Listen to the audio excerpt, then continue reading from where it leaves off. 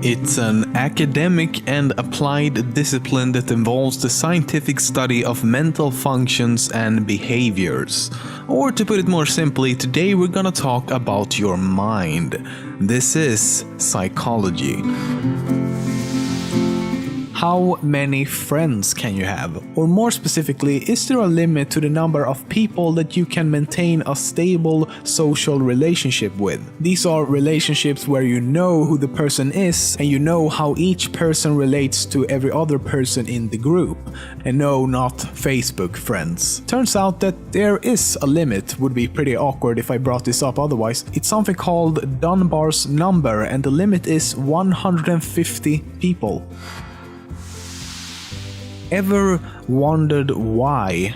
Why do you want things? Why do you do things? Why do you feel the way you do about certain things? Why do you keep on living? Turns out that psychology more or less has the answer to all of these questions.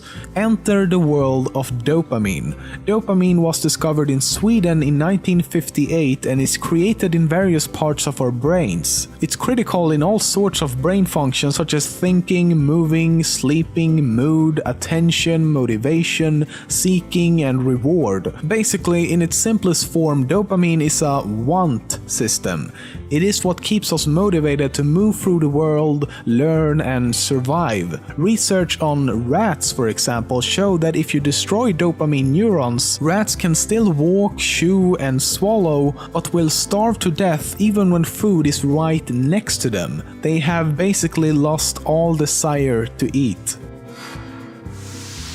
Take this example, you're walking through a public square, you're looking around and suddenly see a friend in the crowd. The friend recognizes you, but even though you for a moment is looking right at him, you do not recognize him. Only when your friend stops and says hello, do you realize you just looked right at him and somehow you still missed it. This is because you can only think of one thing at a time. You cannot mentally focus on more than one task, no matter how good you might think you are at multitasking. People are capable of switching between several tasks very quickly though, which can create the illusion of multitasking. We can also learn to do something physical while focusing on another mental task, such as walking and talking on the phone at the same time. However, a study was done with these very circumstances which made it clear that people who talk on their phone while walking bump into other people much more and doesn't really notice and or remember things happening around them. This phenomenon is called inattentional blindness.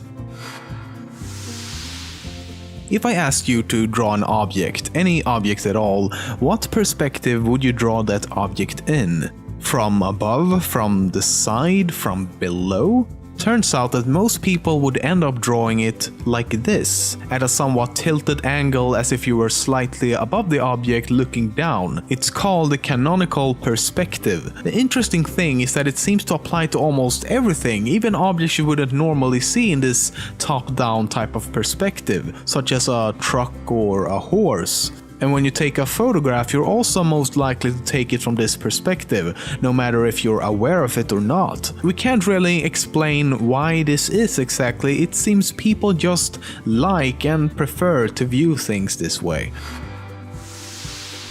Some of you watching this might see yourself as a quite logical, self-aware type of person. I know I do. So when you make a somewhat larger decision, you carefully think it through and consider everything before making up your mind. But research shows that although you want to think that your decision making is a conscious, deliberate process, it's not. For example, let's say you want to buy a new TV. You consider the size of the TV that works best in your room, the range of TV brands you're willing to buy from, price versus quality, whether you should get a Blu-ray player, and so on and so on. But the things that has the biggest impact on what TV you end up buying happens unconsciously. Things such as what are most other people buying, or am I the type of person who always has the newest technology, or am I more known to go for shock value like getting a 120-inch TV? This is why we can sum sometimes feel like we know what is the right thing to do, as in trusting your gut, because unconsciously you've already made up your mind. Have you ever been in a situation where you're, for example, listening to someone explaining something or showing you how to do something, and without thinking about it, you start to imitate those movements? Whether you have or not, it's something our brains learn to do from a very early age. Just watching other people doing stuff causes some of the same neurons in your brain to fire as if you were actually doing those same things yourself. These are appropriately called mirror neurons. Mirror neurons. Mirror. The same thing happens with empathy. When you try to empathize with someone, we are literally experience what others are feeling through these mirror neurons. Mirror. If you want someone to try something new and different, it will work best if you make them happy first. Studies have shown that when people are sad or scared, they want what is familiar.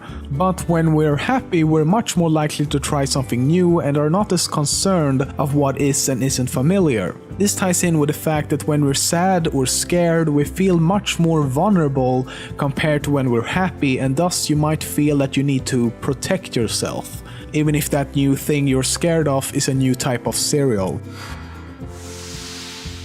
Among my family and friends, I wouldn't say I'm really known to have the best or most accurate memory all of the time, but here is something I can at least use in my own defense. Memories are not stored like a movie or image like it would be on a hard drive that is ready for use whenever you need it. Instead, memories are actually reconstructed every single time we think of them. But this reconstruction sometimes gets similar events mixed up and sometimes even makes stuff up.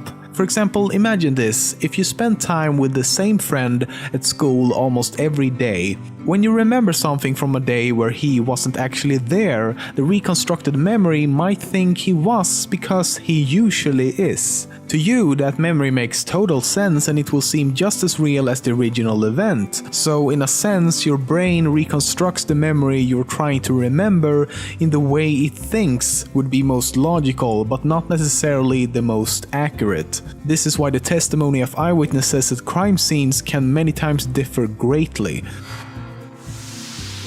One thing to keep in mind about, everything I've talked about in this video and a lot of the research you'll find about psychology overall is that most of it is being tested on Western audiences. By Western, I mainly mean the US and Europe.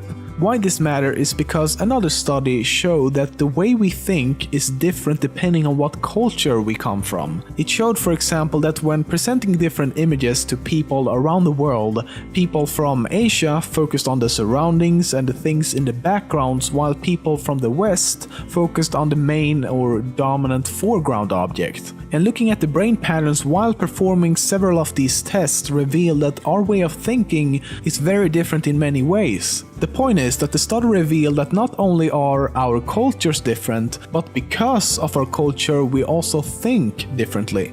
No wonder people can't get along.